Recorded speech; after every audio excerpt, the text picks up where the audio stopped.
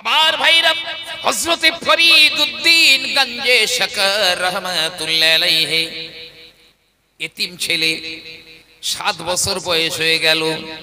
মা বলে, এ বাবা ফরিদ রে বাবা, তোকে তো নামাজ পড়তে হবে।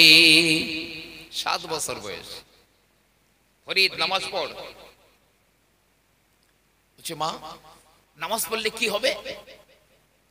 আর মা জানে আমার ফরিদ খুব মিষ্টি পছন্দ করে। তাহলে বাবা নামাজ পড়লে নামাজের পরে নামাজের পাটি তুলে দেখবি, পাটির নিচে মিষ্টি পাওয়া যাবে। তাই মা, আমি তো এইবার থেকে তাহলে আমার নামাজ পড়তেই হবে, আমি নামাজ পড়বো। মা বলে, বাবা নামাজ পড়তে গেলে তো আগে ওযু করা লাগে, পবিত্র হয়ে নিতে হয়। কারণ আত-তুহুরু মিফতাহুস সালাত, পবিত্রতা হলো নামাজের চাবি। আর সালাতু মিফতাহুল জান্নাহ, আর নামাজ হলো জান্নাতের চাবি। চাবি না নিয়ে যদি আপনার 20 তালা ফ্ল্যাটের সামনে চলে যান, গেটের তালার চাবি যদি না থাকে ফ্ল্যাটে ঢুকতে পারবেন না। নামাজ যদি না থাকে জান্নাতের তালা খুলবে না, মানে জান্নাতের ভিতরে যাওয়া সম্ভব হবে না। তো মা, আমি তো ওযু করতে জানি না। তো 1 লোটা পানি দিয়েছে, মা পাশে ফরিদকে বলে দিচ্ছে, বাবা প্রথমে হাতের এই পর্যন্ত ধুয়ে নাও।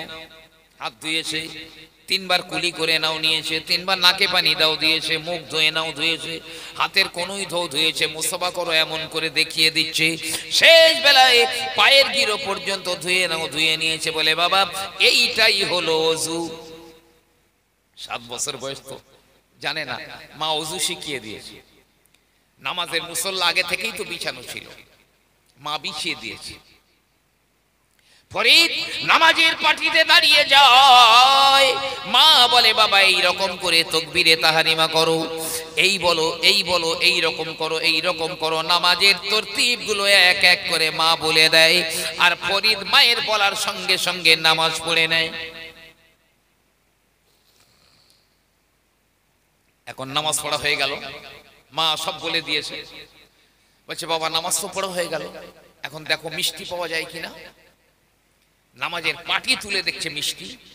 ফরিদ তো আনন্দে আটখানা, মা নামাজ কাজা করবো না, খুব মজা করে মিষ্টি খেয়ে নিল। প্রতি ওয়াক্তে ওয়াক্তে মা ও ফরিদকে ওযু করা শিখিয়ে দেয়, আর ওই ওয়াক্তের নামাজগুলো বলে বলে দিয়ে নামাজ পড়ায়। এমন করে বেশ বহুদিন চলে গেল। এখন ফরিদ ওযু একা একা করে নিতে পারে, নামাজও একা একা পড়তে পারে। আর নামাজ প্রতি ওয়াক্তে নামাজের পরে পাটি তুলে দেখে পাটির নিচে মিষ্টি পাওয়া যায়। এখন আর মা বলেও দিতে হয় না, ও একা একা সব পারে। আর মিষ্টির লোভে এক ওয়াক্ত নামাজও কাজা করে না। একদিন নামাজের পাটি বিছিয়ে দিয়েছে মা। ফরিদ নামাজে দাঁড়িয়ে গিয়েছে, এখন তার বলে দিতে হয় না, একা একা নামাজ পড়ছে। ফরিদ উদ্দীন গঞ্জে শকরের আম্মা জান রব্বুল আলামিনের দরবারে 2 হাত পেতে বলে, ও আমার আল্লাহ, ও রব্বুল আলামিন, তুমি তো জানো আমার বেটা ফরিদকে নামাজি বানাবার জন্যে ওর পছন্দের জিনিস মিষ্টিটা আমি ওর মা প্রতিদিন ওর নামাজের পাটির নিচে রেখে দিতাম। প্রত্যেক ওয়াক্তে মিষ্টি নামাজের পাটির নিচে তো আমি রেখে দিতাম। তো আমার আল্লাহ পাক,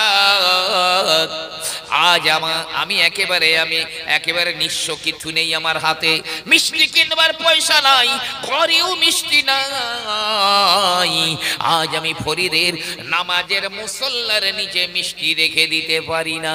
ও আল্লাহ, নামাজ পড়ে ফরিদ যদি মিষ্টি না আজ পায়, হয়তো নামাজ ছেড়ে দিতে পারে। ও মাওলা, মিষ্টির ব্যবস্থা আজ তুমি আমার ফরিদের জন্য করে দাও। আজ নামাজের ব্যবস্থাটা তুমি করে দাও আল্লাহ, এই মিষ্টির ব্যবস্থা তুমি করে দাও। খুব কাঁদছেন। নামাজ পড়া হয়ে গেল ফরিদের। নামাজের পরে মা ফরিদকে ডেকে বলে, বাবা ফরিদ রে, আজ কি নামাজের মুসল্লার নিচে পাটির নিচে মিষ্টি পেয়েছিস? আজকে তো মা রাখতে পারিনি, জিজ্ঞাসা করছে। ফরিদ বলছে, মা অন্যান্য দিনে যে কোয়ালিটির মিষ্টি খাই, আজকের তার চাইতে অনেক অনেক ভালো কোয়ালিটির মিষ্টি পেয়েছি। মায়ের চোখ দিয়ে পানি পড়ছে। মা বলে, ফরিদ রে, আজ আমি তোর সঙ্গে লুকোচুরি আর খেলবো না বাবা। আমি তোকে নামাজি বানাবার জন্যে তোর নামাজের পাটির নিচে প্রতিদিন আমি তোর মা মিষ্টি রেখে দিতাম, আমি রাখতাম মিষ্টি।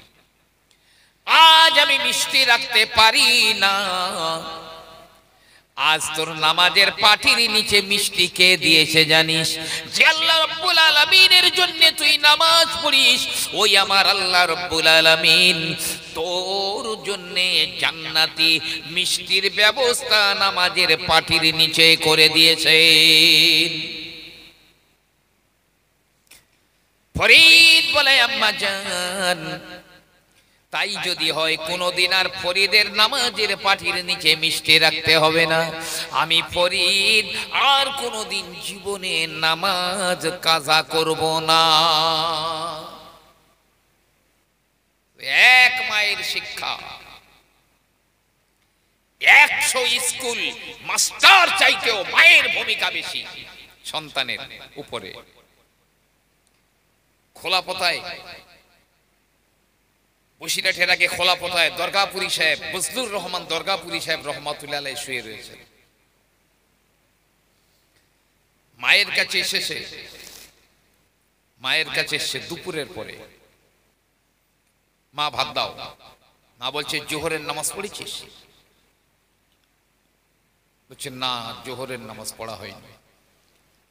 মা বলছে, আমি কোনো বেনামাজির পাতে ভাত দেইনি। পরে রক্ত আসবে, নামাজ পড়বি, জোহরের কাজা নামাজ পড়বি, তবে ভাত। তবে তাই বলে তুই এখানে দাঁড়িয়ে থাকতে পারবি না। এই নামাজ কাজা করেছিস, 2 হাতে 2টো আস্ত ইট নিয়ে দাঁড়িয়ে থাক। আসরের সময় হবে, আজান হবে, তারপরে নামাজ পড়বি, জোহরের কাজা, আসরের নামাজ, তারপরে ভাত দেবো। 2টো ইট নিয়ে দাঁড়িয়ে থাক। 2টো ইট, তখন তো ছোট, বড় না, 2টো ইট নিয়ে বেচারা দাঁড়িয়ে রয়েছে। আপনি নিয়ে দেখবেন তো 2টো ইট ধরে কতক্ষণ রাখতে পারেন, কষ্ট হবে, তো রেখে দিয়েছি। আল্লামা দরগাপুরি সাহেব রহমাতুল্লাহ আলাইহি বললেন, ওই যে মা আমাকে একবার সাজা দিয়েছিলেন, নামাজ কাজা করেছিলাম বলে সাজা দিয়েছিলেন, তারপরে দরগাপুরীর জীবনে কোনোদিন আউয়াল ওয়াক্তির নামাজ ফওত হয়ে যায় না। এক মায়ের সামান্য শাস্তি। জি, এই ফরিদউদ্দিন গঞ্জে শকর কত বড় আল্লাহর ওলি হয়ে গিয়েছিলেন জানেন? এখন তো ছেলে পিলে বড় হলে মার ভাত দেয় না, গাল দেয়, বলে হুজুর একটু মা বাপের খেদমত সম্পর্কে বলবেন তো। তুমি পেছনে কি করে এসো সেইটা খোলো, আগে আরএস খুলে দেখো তোমার ভূমিকা কতটা রয়েছে। এখন হুজুর বললে আর লাভ হয়? লাইন তো ভিআইপি তুমি করে দিয়েছো। আমার ভাইরা, ফরিদউদ্দিন গঞ্জে শকর রহমাতুল্লাহ আলাইহি এত বড় আল্লাহর ওলি হয়ে গিয়েছিলেন। মা বলে, ফরিদ আল্লাহর রাস্তায় তোকে ছেড়ে দিলাম, যা যা যা গো। 12 বছর বেরিয়ে গেল ফরিদ আল্লাহর ইবাদত বন্দেগী উপাসনা করে। 12 বছর পরে মায়ের কাছে ফিরে এসে বলে, মা, ও মা, খেতে দাও গো। কে? বলে, আমি ফরিদ। মা বলে, কেমন আল্লাহর ইবাদত বন্দেগী তুই করলি রে ফরিদ? 12 বছর হয়ে গেল, এখনো মায়ের কাছে খাবার চাস? আমার আল্লাহ রব্বুল আলামিনের নিকট থেকে কুদরতি খানা আসে না? যা, তোর মুখ দেখতে চাই না, আমি তোর মুখ দেখবো না। মা দরজাই খুলল না। আবার 12 বছর চলে যায়, ফরিদ আবার চলে আসে মায়ের কাছে, মা খেতে দাও। মা বলে তোর মুখ আমি দেখবো না, বার হয়ে যায়। এইরকম 3 বার 36 বছর হয়ে গেল। ফরিদ এমন আল্লাহর ওলি হয়ে গেলেন, তিনি একদিন কোথাও যেন সফরে চলে যান, রৌদ্রে বড় ক্লান্ত শ্রান্ত হয়ে গেলেন। একটা জঙ্গলের ভিতরে একটা গাছের নিচে বসে বললেন, বসে একটু বিশ্রাম নিচ্ছেন। অনেক হেঁটেছেন, কষ্ট হচ্ছে। আর ওই গাছে অনেক পাখিরা শব্দ করছে, কিচিমিচি কিচিমিচি শব্দ করছে। ফরিদ খানিকক্ষণ সহ্য করলেন, করে খুব বিরক্ত হয়ে গেলেন। ফরিদ উদ্দিন গঞ্জি শকর রহমাতুল্লাহ আলাইহি বিরক্ত হয়ে গাছের দিকে গরম গরম নজরে, জালালি নজরে তাকিয়ে দেখেন। এমন জালালি নজরে তাকালেন, ওই গাছে যত পাখি ছিল সব পাখিগুলো পুড়ে পুড়ে পুড়ে পুড়ে জমিনের উপরে পড়ে যায় মরে। সব পাখিগুলো পুড়ে ঝলছে, মাটিতে পড়ে সব মরে গেল। একটা পাখিও বেঁচে নেই। আগুন দিতে হয়নি, শুধু গরম নজরে তাকিয়েছে। চলে যাচ্ছেন, যেতে যেতে যেতে যেতে অনেক। আর এই যে পাখিটা পুড়েছে, যে আল্লাহ পাক ছাড়া আর কেউ জানে না, তো জঙ্গলের মধ্যে কেউ জানে না, একমাত্র আল্লাহ পাক জানে না। অনেক দূরে চলে গেলেন ফরিদ, বড় পিপাসা পিপাসা পেয়েছে, পানির জন্যে কণ্ঠ শুকিয়ে যায়। ফরিদ উদ্দিন যেতে যেতে পানির তলাশ করতে করতে দেখেন রাস্তার ধারে একটা কুয়া রয়েছে বটে, পানি ভরা কুয়া রয়েছে। ওই কুয়ায় গিয়ে একটু পানি নেবেন, কিন্তু ওই কুয়ার ধারে যেতে পারছেন না। কেন? একজনা মহিলা, একজনা মেয়ে ছেলে বালতিটি করে কুয়া থেকে রশি বেঁধে পানি তুলছে, তুলে আর নিচে ফেলে দিচ্ছে। পানি তোলে আর ফেলে দেয়, পানি তোলে আর ফেলে দেয়, একভাবে। ফরিদ উদ্দিন কিছুক্ষণ ধৈর্য ধরে থাকলেন, কিন্তু ওর পানি আর তোলাও বন্ধ হয় না, আর ফেলাও বন্ধ হয় না। প্রচন্ড রেগে গেলেন ফরিদ। রেগে কি ওই মহিলার দিকে গরম গরম নজরে তাকালেন। ওই মহিলা বালতি তুলে নিয়ে বলে, ফরিদ রে, আমি জঙ্গলের পাখি নই। ফরিদ, আমি জঙ্গলের পাখি নই যে গরম নজরে তাকিয়ে পুড়িয়ে দেবে আমাকে, বলে বালতি নিয়ে ঘরের মধ্যে চলে গেছে। ফরিদ বলছে, সর্বনাশ, আমার নাম ফরিদও জানলো কিভাবে? জীবনে কোনোদিন দেখা হয়নি, পরিচয় নয়। আবার জঙ্গলে পাখি পুড়েছে আমার দৃষ্টিতে, তোমার আল্লাহ ছাড়া কেউ জানে না, এই মহিলা জানলো কিভাবে? তো বাইরের দালানে একজনা বেটা ছেলে বসে আছে। মহিলা তো ঘরে ঢুকে গেছে, আর বাইরের দালানে একটা বেটা ছেলে বসে আছে। ফরিদ গিয়ে বলে, বাবা, এই মহিলাটাকে, যিনি পানি তুলতে তুলতে ঘরের ভিতরে, মহলের ভিতরে ঢুকে গেলেন, ওই মহিলাটাকে? বলছে, আমার বিবি, ও আমার স্ত্রী। বলছে, আমি একটু ওই মায়ের সঙ্গে কথা বলবো। হ্যাঁ হ্যাঁ, কেন বল, কেন নয়, যাও বাবা, বলতে পারো। ফরিদ মহলের ভিতরে গেলেন, এমনি করে বাইরের উঠানে দাঁড়িয়ে রয়েছেন মহিলা ঘরের পর্দার আড়ালে। ফরিদ বলে, মা, আপনার সঙ্গে আমার তো কোনোদিন দেখা হয় না, পরিচয় নেই, আমার নাম ফরিদ কিভাবে জানলেন? আর জঙ্গলে আমার দৃষ্টিতে পাখি পুড়েছে, এটাই বা কিভাবে আপনি জানতে পারলেন? মহিলা বলছে, ওই বাইরে ওই যিনি বসে আছেন উনি আমার স্বামী। মাতাল ছিলেন, মাতাল, মদখোর। ওই মদখোর স্বামীর দোয়ায় আল্লাহ আমাকে এত বড় দরজা দিয়েছেন। ওই মদখোর স্বামীর দোয়ায়। কিভাবে? ওই মহিলা বলে, বাবা ফরিদ রে, একদিন রাতের বেলা আমার স্বামী আকণ্ঠ মদ পান করে বাড়িতে টুলতে টুলতে বাড়ি এলো। বাড়ি এসে বলে, বিবি রে, বড় পিপাসা পেয়েছি গো, আমাকে একটু পানি দাও। আমি তাড়াতাড়ি করে পানি আনতে গেলাম। পানি এসে আমি দেখি আমার ওই মাতাল স্বামীটা ঘুমিয়ে পড়েছে, ঘুমিয়ে পড়েছে। চিন্তা করলাম, একে তো মদ খেয়ে এসছে, কষ্ট তো হয়েছে, এত পথ এসেছে টুলতে টুলতে, ঘুমিয়ে পড়েছে। এখন যদি ডাকি ওর কষ্ট হবে, আর হয়তো ঘুম আসবে না, ডাকাটা ঠিক হবে না। তবে তাই বলে আমিও বিছানায় ঘুমিয়ে পড়তে পারবো না। আমার ওই স্বামী রাতের বেলা কখন ঘুমটা ভেঙে যাবে, পানির কষ্ট পাবে, কিয়ামতের ময়দানে রব্বুল আলামিনের কাছে আমার হিসাব দিতে হবে। না না না, আমি রাতের বেলা যতক্ষণ পানি না দেব ঘুমাতে পারবো না। পানির গ্লাস নিয়ে আমি আমার ওই মাতাল স্বামীর শিয়রে দাঁড়িয়েছিলাম। সারা রাত কেটে গেল, সারা রাত আমি পানি নিয়ে দাঁড়িয়ে রইলাম। সকালবেলা ফজরের আজান হয়ে গেল, স্বামী দেখে আমি পানি নিয়ে দাঁড়িয়ে রয়েছি। আমার স্বামী বলে, বিবি রে, এইভাবে কেন পানি নিয়ে দাঁড়িয়ে? আমি গত রাতের সব ঘটনা বললাম, কখন রাত্রে ঘুম ভেঙে যাবে তোমার, পানির কষ্ট পাবে, আল্লাহ রাব্বুল আলামিনের দরবারে আমাকে কৈফিয়ত দিতে হবে। তাই পানি নিয়ে তোমার জেগে ওঠার অপেক্ষায় দাঁড়িয়ে রয়েছি। ওই মাতাল স্বামী দুহাত তুলে ওই অবস্থায় রব্বুল আলামিনের দরবারে দোয়া চেয়েছিল, ও আমার আল্লাহ পাক, ও রব্বুল আলামিন, আমার বিবি আজ যে খিদমতের পরাকাষ্ঠা দেখিয়েছে আমাকে, মাওলা আমার বিবিকে তুমি তোমার ওলি বানিয়ে দাও, তোমার ওলি বানিয়ে দাও।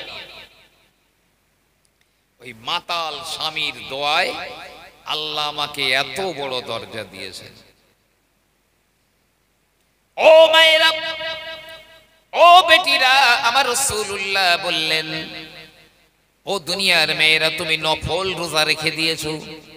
11টা বেজে গেল, বেলা 12টা বেজে গেল, স্বামী বাইরে থেকে বাড়িতে এসে শুনছে তুমি রোজা রেখেছো, নফল রোজা। স্বামী বলছে, ও বিবি, তুমি রোজাটা আজকের ভেঙে দাও। আমার রাসূলুল্লাহ বললেন, ওই স্বামীর কথা অনুযায়ী তুমি নফল রোজাটা ভেঙে দাও, তবে মনে রেখে দিও, পরে কিন্তু একদিন ওই রোজাটা আদায় করে দিতে হবে।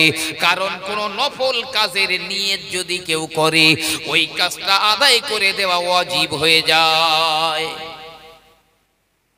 স্বামীর কথা মতো ভেঙে দাও তক্ষুনি রোজা, ফরজ রোজা নয় কিন্তু নফল রোজা, ভেঙে দাও, পরে একদিন করে দিও। প্রিয় নবী আমার বলেন, নফল নামাজ পড়ছে কোন মহিলা, নফল নামাজে দাঁড়িয়েছে, মনে কোন 1 রাকাত হয়ে গেছে, বিবি নামাজের ভিতরে নফল নামাজ পড়ে, স্বামী বাড়ি এসে ডাকে, বিবি, ও বিবি বলে ডাকে। আল্লাহর নবী বললেন, ও বাবা মেয়ে, তুমি নফল নামাজ ভেঙে দিয়ে তোমার স্বামীর ডাকে সাড়া দাও, পরে এক সময় ওই 2 রাকাত নামাজ আদায় করে দিও। এখন ডাকছে, নামাজ ভেঙে দাও। এখন তো অনেকেই বলে, হাটখুড়ো ছেলে, তুই যেন রাস্তায় গাড়ির তলায় পড়ে মরে যাস। অনেকে স্বামীর গাল দেয়, কত রকম ডিজাইনের এখন সব গালিগুলো উঠেছে। অনেক বিবিরা স্বামীকে গাল দেয়, প্যাকিং হয়ে কবরে যাবে, খবর আছে। যতই তুমি ইবাদত আর আমল করো না কেন, লাভ হবে না। আমি কখনো বলে থাকবো, একজনা মহিলা, একজনা বুড়ি মহিলার একমাত্র ছেলে বড় অসুস্থ, মরণাপন্ন অবস্থা। বুড়ি মান্নত করে, ও রব্বুল আলামিন, আমার ছেলেটার তুমি যদি হায়াত দাও, আমার ছেলে যদি বেঁচে যায়, আমি 7 দিন দুনিয়ায় থাকবো না, দুনিয়া ছেড়ে বের চলে যাব। কি অভিনব, যাবে কোথায়? দুনিয়ায় থাকবো না, দুনিয়া থেকে বেরিয়ে যাব। কি মান্নত বলেন দিন। ভাই আমার, বাবাজিরা আমার,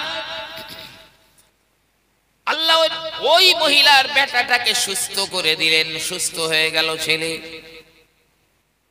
একদিন রাতের বেলা বুড়ি স্বপ্ন দেখে, কে যেন বলে, বুড়ি গো, তোমার ছেলে তো হায়াত পেয়ে গেল, সুস্থ হয়ে গেল, তোমার মান্যত কি আদায় করবে না? তুমি বলেছিলে 7 দিন দুনিয়ায় আমি থাকবো না, যাও বেরিয়ে যাও দুনিয়া থেকে। সকালবেলা উঠে ছেলেকে বলছে, বাবা আমি তোর জন্য এরকম মান্যত করেছিলাম একটা, তো আমি তো দুনিয়ায় আমার মান্যত আদায় করব, দুনিয়ায় থাকবো না। বাড়ির পাশে বলে এখানে একটা কবর খোঁড়, বাড়ির পাশেই কবরস্থান, বলে এই কবরস্থানে একটা কবর খোঁড়, আমি 7 দিন কবরে থাকবো, 7 দিন কবরে থাকবো। কবর খোঁড়া হয়ে গেল গো। বুড়ি প্রয়োজনীয় জিনিসপত্র নিয়ে কবরের মধ্যে চলে যায়।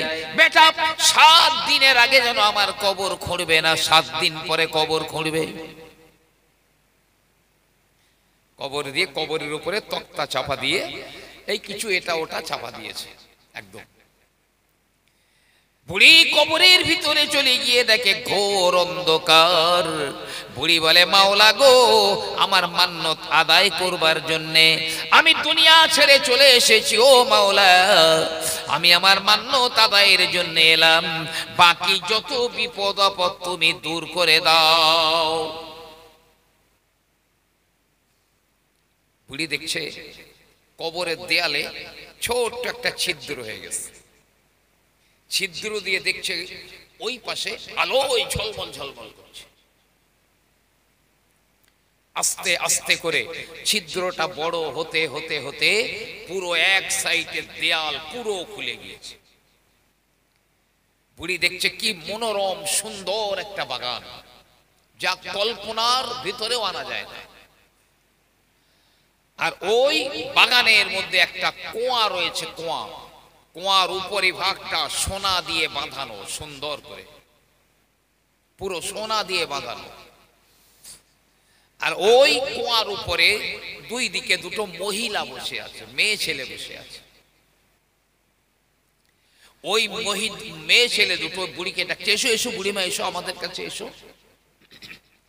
বুড়ি নিজের কবর থেকে বাইরে বেরিয়ে ওই বাগানের ভিতরে গিয়ে মহিলা 2টোর কাছে চলে যায়। এ কথা হতে হতে বুড়ি দেখে একজনা মহিলার মাথায় পাখি তার ডানা দিয়ে সুন্দর করে বাতাস করে, আর একজনা মহিলা, সেও তো কুয়ার উপরে বসে রয়েছে, তবে তার মাথার উপরে বড় একটা পাখি লম্বা ঠোঁট দিয়ে তার মাথায় আঘাত করে ঘিলুগুলো বার করে দিচ্ছে। একই বাগান, একই কুয়ার উপরে 2টো মহিলা, এর মাথায় পাখি বাতাস করছে, ওর মাথায় পাখি ঠোকরাচ্ছে, ঘিলু বার করে দিচ্ছে। বুড়ি মহিলা বলে, এ বাবা, আমি তো দেখছি একই জায়গায় তোমরা রয়েছো, কিন্তু তোমাকে পাখি কেন বাতাস করে আর তোমার মাথায় কেন পাখি ঠুকরে ঘিলু বার করে দেয়? একজনা মহিলা বলে, ও বুড়িমা,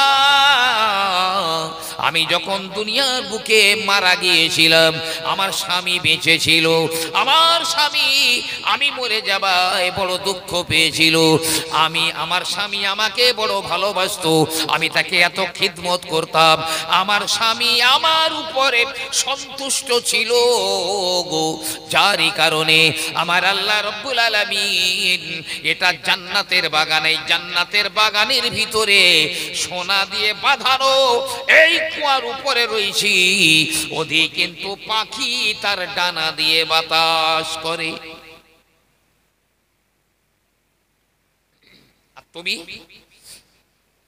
তোমার মাথায় পাখি ঠোকরাচ্ছে কেন, ঘিলু কেন বার করে দিচ্ছে? মহিলা বলে, আমি ইবাদত বন্দেগী, নামাজ কালাম সবই আমি করতাম, তবে আমি যখন মারা যাই আমার স্বামী আমার উপরে অসন্তুষ্ট ছিল। বললে যাক, বালা দূর হয়েছে, মানে দুনিয়াতে এত জ্বালাতো, বলে যাক বালা দূর হয়েছে, আমার স্বামী আমার উপরে নারাজ ছিল, অসন্তুষ্ট ছিল। তাই আমার ভালো ইবাদত বন্দেগীর কারণে জান্নাতের এই বাগান সোনা বাঁধানো কুয়ার উপরে আছি আমি। তবে যেহেতু স্বামী অসন্তুষ্ট ছিল, তাই লম্বা পাখি ঠোঁট দিয়ে আমার মাথায় মেরে ঘিলু বার করে দেয়। ও বুড়ি মা, তুমি তো আমার স্বামীকে চেনো অমুক ব্যক্তি, তুমি যদি একটুখানি আমার স্বামীর নিকট থেকে আমার জন্য ক্ষমা চেয়ে দিতে পারো, আমি বড় উপকৃত হব। এই করতে করতে 7 দিন চলে গেল। ওই দুইজন মহিলা বলে, ও বুড়ি মা, চলে যাও গো, তোমার কবরে চলে যাও, ওই তোমার ছেলে এসেছে, এক্ষুনি কবর করবে, চলে যাও। বুড়ি হুড়মুড় করে তার কবরে চলে এলো, দেয়াল গাঢ় হয়ে গেল। ছেলে কবর খুঁড়ে মাকে বার করে নিয়ে গেল। এখন 7 দিন কবরে ছিল, অনেক মানুষ সব দেখতে আসছে, অভিনব ব্যাপার, দেখতে আসছে। তো একদিন ওই মহিলার স্বামীটাও এসছে দেখতে, এ চেনে। বুড়ি মহিলা বলে, বাবা, আমি কবরের ভিতরে 7 দিনে ছিলাম, এই ব্যাপার ঘটেছিল, তোমার বিবির এই অবস্থা আমি দেখে এলাম, তুমি কি তোমার বিবিকে আল্লাহর রাস্তে ক্ষমা করে দিবে? স্বামী বলে, ও বুড়ি মা, আপনি যখন নিজে দেখে এসেছেন আমার বিবির অবস্থা এমন, আমি আমার বিবিকে আল্লাহর রাস্তে মাফ করে দিলাম। ওই রাতে ওই বুড়ি স্বপ্ন দেখে সেই জান্নাতের বাগান, ওই কুয়ার উপরে 2 জনা মহিলা বসে আছে। আজের মাথায় পাখি ঠোকর মারে না, বরং 2 জনার মাথার উপরে পাখি বাতাস করে। মহিলা বলে, ও বুড়ি বাপ, আল্লাহ তোমার ভালো করুন, আল্লাহ তোমার উপরে মেহেরবানি করুন, তুমি আমার স্বামীর কাছ থেকে ক্ষমা চেয়ে দিয়ে আমার বড় উপকার করেছো। প্যাকিং হয়ে কবরে যাবে। তবে স্বামী যদি বলে বিবি নামাজ পড়ো না, ও কথা মানা যাবে না। স্বামী যদি বলে রোজা করতে হবে না, ও কথা মানা হারাম। স্বামী যদি বলে পর্দা করো না, ওই কথা মানা যাবে না। শরীয়ত বিরোধী কোনো কথা বললে ওই কথাটা, স্বামীর ওই কথাটা মানা যাবে না, মা বাপের ওই কথাটা মানা যাবে না। ফিরে যাচ্ছি গোড়ার, বলছিলাম মিসওয়াকের কথা, আমার ভালো খেয়াল আছে। বলতে বলতে একটা ফড়কি বেরিয়ে যাচ্ছে, আর তো চলে এলাম। ডক্টর কক্স ব্যাসিলস, তার কথা বলছিলাম, তো তার কথাই বলবো। মানে নবীর সুন্নতের উপরে কি বিজ্ঞান রয়েছে, মানুষের স্বাস্থ্যের জন্য কত টিপস রয়েছে, তার মধ্যে আমি বলবো। একবার খুব মহব্বতে দরুদ আল্লাহুম্মা সাল্লি আলা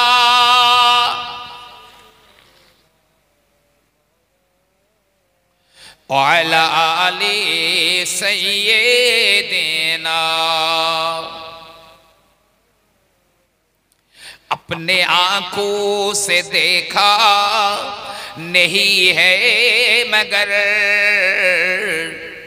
अपने आंखों से देखा नहीं है मगर, उनकी तस्वीर सीने में मौजूद है, जिनकी खुशबू से महका है सारी जहां, ओ खुशबू मदीने में मौजूद है।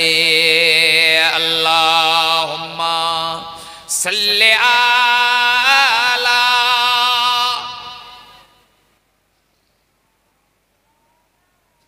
ওয়ালা আলি সাইয়্যিদিনা। ডক্টর কক্স ব্যাসিলস বলছে, এরকম কোন টুথপেস্ট, টুথ পাউডার পৃথিবীর বুকে আবিষ্কার হয়েছে আমার নলেজে নেই। তবে তোমার দাঁতের সুরক্ষা দিতে পারি, তুমি যদি গাছের কাঁচা ডাল দিয়ে দাঁত মাজতে পারো। আল্লাহর নবী আল্লাহর হাবিব বললেন, পিলু গাছের ডাল দিয়ে তোমরা দাঁত মাজো, না হলে উদেহীন হিন্দুস্তান কা লাকড়ি, হিন্দুস্তানের কাঠ দিয়ে দাঁত মাজো। 2টো গাছের নাম স্পেশাল করে বললেন, কেন? পিলু গাছ আর হিন্দুস্তান কা লকড়ি, দ্যাট মিন্স নিম গাছ বা বাবলা গাছ। কেন বললেন? ডেন্টাল সার্জনরা বলছেন মানুষের মুখে দাঁত থাকতে গেলে দাঁতের একটা খাদ্য প্রয়োজন। কি? একটা হচ্ছে ক্যালসিয়াম, একটা হচ্ছে phosphorus. Without calcium and phosphorus কারো মুখে একটা দাঁতও থাকতে পারে না। আর গবেষণায় দেখা গেছে পৃথিবীর বুকে যত গাছ রয়েছে তার মধ্যে সবচাইতে পিলু গাছের ডালে ক্যালসিয়াম আর ফসফরাস সবচাইতে বেশি। সেকেন্ড স্টেজে, দ্বিতীয় স্তরে এই নিম বা বাবলা গাছের ডালে ক্যালসিয়াম আর ফসফরাস বেশি পরিমাণ রয়েছে। তাই আল্লাহর নবী এই দুটো গাছের নামে স্পেশাল বললেন। যখন বিজ্ঞানের দাদুরও জন্ম হয়নি তখন আমার নবী বিজ্ঞান দিয়ে গেছেন, নবী বিজ্ঞান দিয়ে গেছেন। সাহাবায়ে কেরামরা এই নবীর সুন্নত কেমন মানতেন জানেন? অবাক হয়ে যাই আমি। একজন হাবশী আল্লাহর নবীর সাহাবা, হাবশী চুলগুলো কোঁকড়ানো।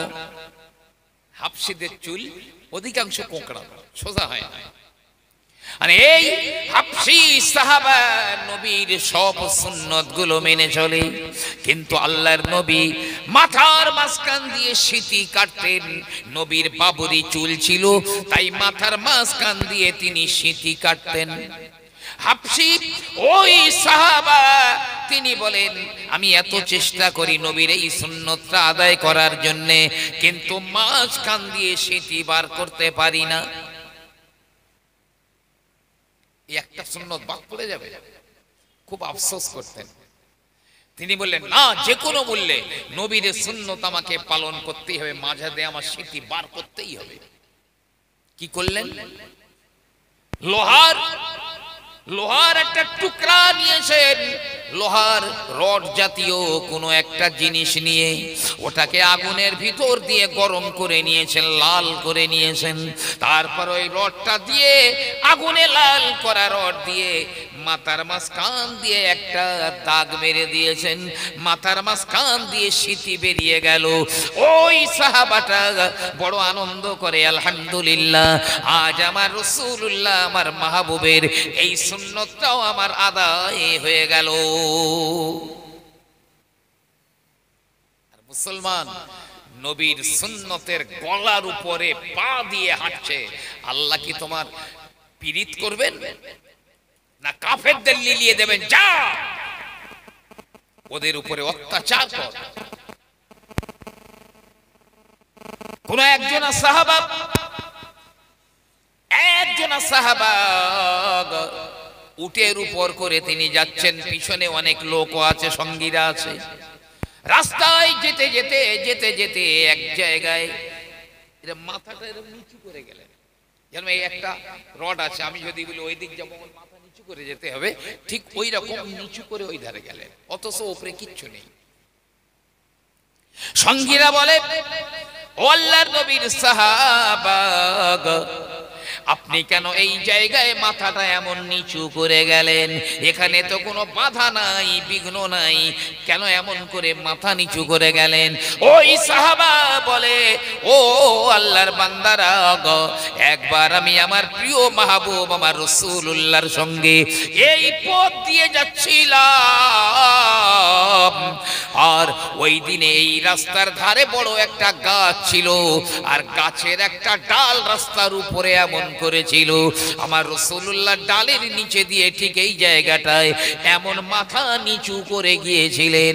আজ যদিও ওই গাছ নাই, গাছের ডাল নাই, তাও তবুও আমার রাসূলুল্লাহ এই জায়গায় মাথা এমন করে গিয়েছিলেন বলে আমিও মাথাটা এমন নিচু করে গিয়ে নবীর ওই সুন্নতটা আমি আদায় করে নিলাম। এই উম্মত কি করছে? একজন বৃদ্ধ মানুষ খোঁজ নিয়ে নিয়ে তার কাছে যাওয়া হলো, বৃদ্ধ লোকটা বলছে, হ্যাঁ, এখানে একটা বড় গাছ ছিল, একটা ডাল রাস্তার উপরে ঝুঁকেছিল।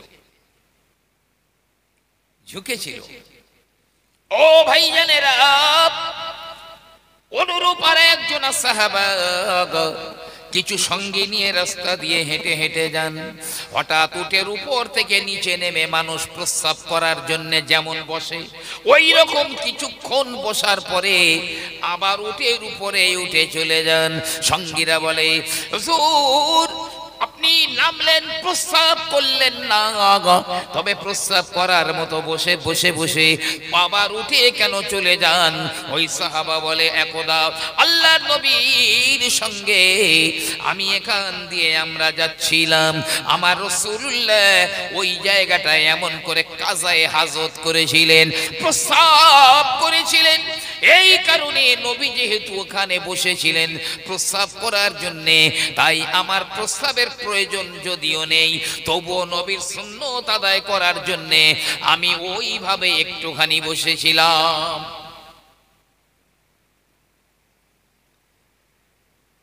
আর এই কারণেই কোরআন পাকে ওই সাহাবাদের সম্পর্কে আল্লাহ বলেছেন, রাদিয়াল্লাহু আনহুম ওয়া রাদুয়ান, আল্লাহ ওদের প্রতি খুশি, তারাও আল্লাহর প্রতি খুশি। যারা ছিল সভ্য, বর্বর, দুর্বার জাতি, কুয়ায় উটকে পানি খাওয়ানোর ব্যাপারে নিয়ে বছরের পর বছর লড়াইয়ের যুদ্ধ চলতো। যখন জ্যান্ত মেয়েগুলোকে কবর দেওয়া হতো, হাজারো হাজারো কুসংস্কার ছিল।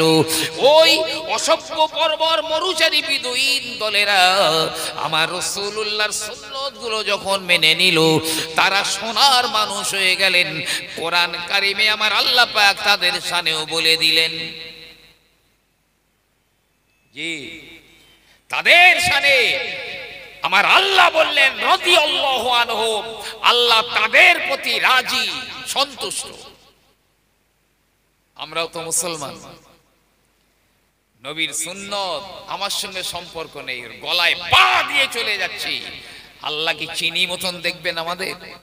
মোটেও না, মোটেও না। আমার ভাইরা, আমার নবী পাকের একটা সুন্নতের গুরুত্ব কত জানেন? ও ভাই জানেরা, মনে করুন আমরা যখন খাওয়া দাওয়া করি, মিশকাত শরীফের কিতাবুল আতামার মধ্যে হাদিসটা পাওয়া যাবে। আমার আল্লাহর নবী বললেন, তোমরা যখন খাবে, তোমরা যখন খাওয়া শেষ করবে, ততক্ষণ পর্যন্ত হাতগুলো মুছে দিও না, ততক্ষণ পর্যন্ত প্লেটটায় পানি ঢেলে দিও না, যতক্ষণ না পর্যন্ত তোমরা আঙুলগুলো চেটে চেটে না খাও, প্লেটটাও চেটে চেটে না খাও। এখন বিজ্ঞানের চরম উৎকর্ষ, সভ্যতা, আমরা নিজেদেরকে অনেক সভ্য বলে মনে করি। এখনকার স্টাইল হলো, কোন সাদি বাড়িতে, কোন ভদ্র সমাজে, শিক্ষিত মহলে খাওয়া দাওয়া করছি, আমি যদি আঙুল চাটি বলবে হাগুরে, জীবনে দেখিনি এইসব। যদি থালা চেটে খাওয়ায় বলবে এ জীবনে দেখিনি, না হয় বলবে এর মনে এখনো কিছু নেবে, খাওয়া হয়নি, ক্রিটিসাইজ করবে, আর চোখে তাকাবে, হাসবে। যার কারণে এখনকার স্টাইল হলো হাতে লেগে থাকবে 1.5 কিলো আর প্লেটে থাকবে 2.5 কিলো, খাওয়া শেষ, উঠে গেলে।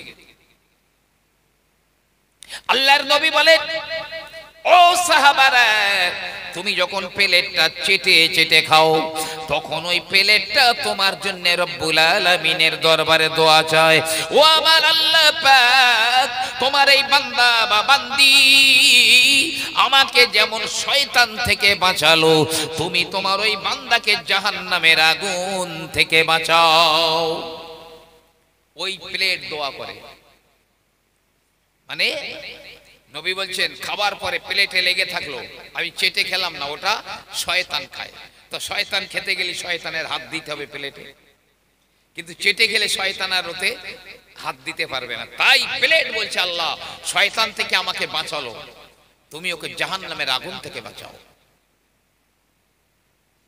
আরে যারা ইসলামের দুশমন, আমেরিকার হোটেলে রেস্টুরেন্টে এখন গিয়ে দেখেন না, যারা ইসলামের দুশ্মনী করে ওরা এখন আঙুল চাটে আর প্লেট চাটে।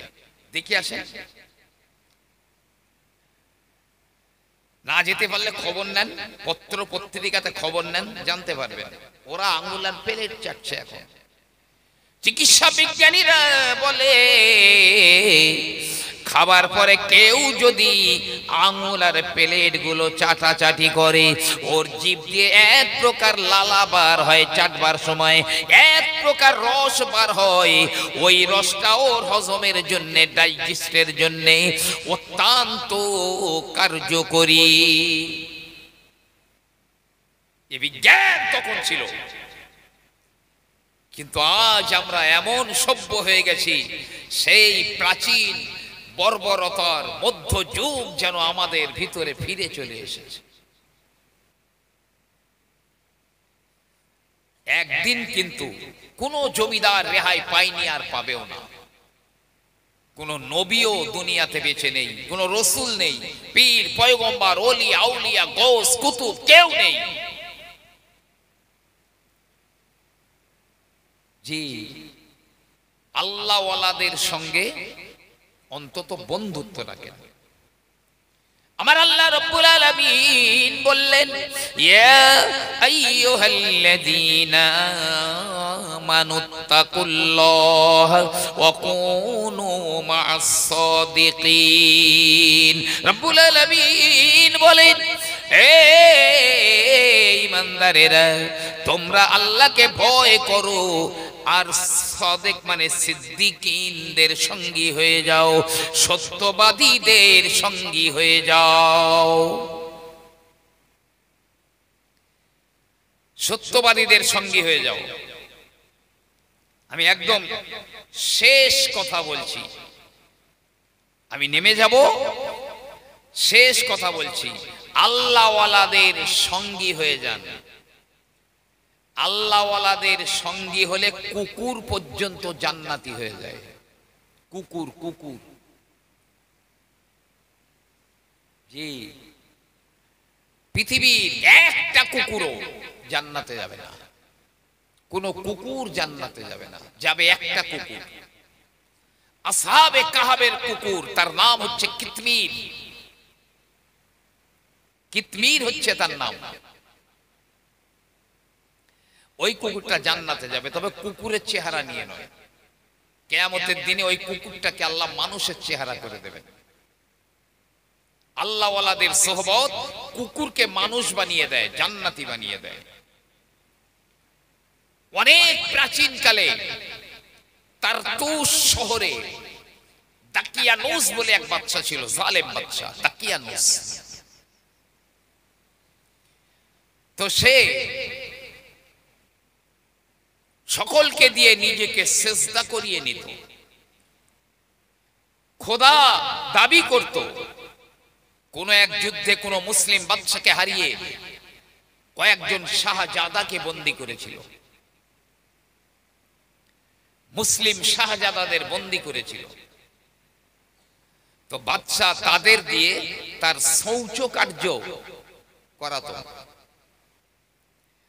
বাদশা সকলকে সেজদা করাতো, এদেরও বলতো, এরা করতো না। এখন বাচ্চাকে অনেকে কান ভারী করে, বাচ্চা ওই ওরা কিন্তু আপনাকে সেজদা করে না, খোদা বলে না। ওদের ব্যাপারে বাচ্চা একটা সিদ্ধান্ত নিতে যাচ্ছে, চরম সিদ্ধান্ত, কঠিন ব্যবস্থা নেওয়া হবে। এই খবর জানতে পেরে এই শাহজাদারা ওরা চিন্তা করে, এই জালিম বাদশা, অত্যাচারী বাদশার রাজ্যে আমরা থাকবো না। এই অত্যাচারী জালিম বাদশা অন্যকে দিয়ে সাজদা করিয়ে নেয়। সাজদা তো একমাত্র আমার আল্লাহ রাব্বুল আলামিনের জন্য, দুনিয়ার কোন মানুষকে সাজদা দেওয়া যাবে না। চলো চলো, এই জালিম রাজার দেশে থাকবো না, আমরা হিজরত করে কোথাও বার হয়ে যাই, আমরা হিজরত করে যাই। এখন বার হয়ে পড়েছেন তারা, একদিন খুব গোপনে বার হয়ে পড়েছেন। যেতে যেতে 31 কৃষকের সঙ্গে দেখা। কৃষক বলে ভাই যাও কোথায়? বলে জালেম বাদশার দেশে থাকবো না, আমরা এই দেশ থেকে অন্য জায়গায় হিজরত করে যাব। কৃষক বলে হে আল্লাহর বান্দারা, এই জালেম বাদশার দেশে আপনারা থাকবেন না, আমিও থাকবো না, আমিও আপনাদের সঙ্গে হিজরত করে যেতে চাই। যেতে যেতে একটা রাখালের সঙ্গে দেখা। রাখালও বলল যাও কোথায় ভাই? বলল আমিও তালি থাকবো না, আমিও তোমাদের সঙ্গে যাব। এদের নামগুলো বলছি আমি: মাকসালিনা, মাসলিনা, মারনুশ, দাবারনুশ, সাজনুশ, কাফসাতৌশ, ইয়ামলিখা। এই 7 জনা হলো, সব একটা একটা করে যোগ দিয়ে। শেষ বেলায় একটা কুকুর, এই কুকুরের নাম হলো কিতমির। ওই কুকুরটা এই 7 জনার পিছনে পিছনে যায়। এর বলে কুকুর মানে তো বিপদ, কুকুর কেন আসে? ওরা তাড়ায়, কিন্তু কুকুর নড়ে না, মারে, নড়ে না। শেষ বেশ এমন মারলো একটা পা ভেঙে গেল। কুকুর বলে রব্বুল আলামিন, ও আমার আল্লাহ পাক, আমার জবানে তুমি একটুখানি ভাষা দাও, আমি কেন ওদের সঙ্গে যাই, আমার জবান দিয়ে একটুখানি ব্যক্ত করে দি। আমার আল্লাহ রব্বুল আলামিন ওই কুকুরের জবানে ভাষা দিয়ে দিলেন।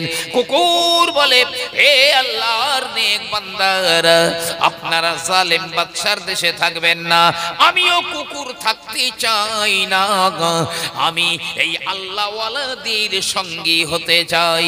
আমি কোনো ক্ষতি করব না, ডাকাডাকি করব না, কেন আমাকে আপনারা এইভাবে তাড়িয়ে দেন? কেন তাড়িয়ে দেন? কুকুরটাকে কোলে করে নিল, ওরা ঠ্যাং ভেঙে গেছে তো, কোলে করে নিল, নিয়ে চলতে চলতে পাহাড়ের এক গুহায় তারা আশ্রয় নিয়েছে। আর কুকুরটা ওদের গুহার সামনে 2 হাত ছাড়িয়ে বসে পড়ল। কালবুহুম বাসিতুন ইয়াদাইহি বিল ওয়াসিদ।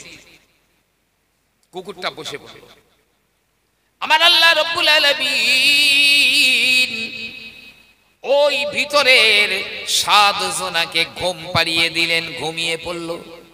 7 জনা ঘুমিয়ে পড়েছে।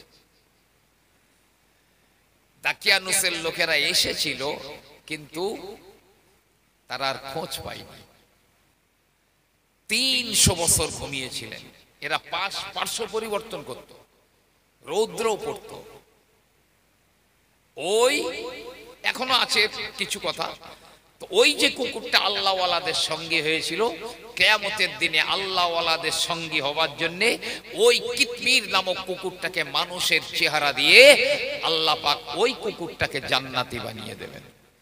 একটা কুকুর যদি আল্লাহওয়ালাদের সঙ্গী হয়ে জান্নাতি হয়, তা মানুষ আল্লাহওয়ালাদের সঙ্গী হলে কি জানোয়ার হবে নাকি?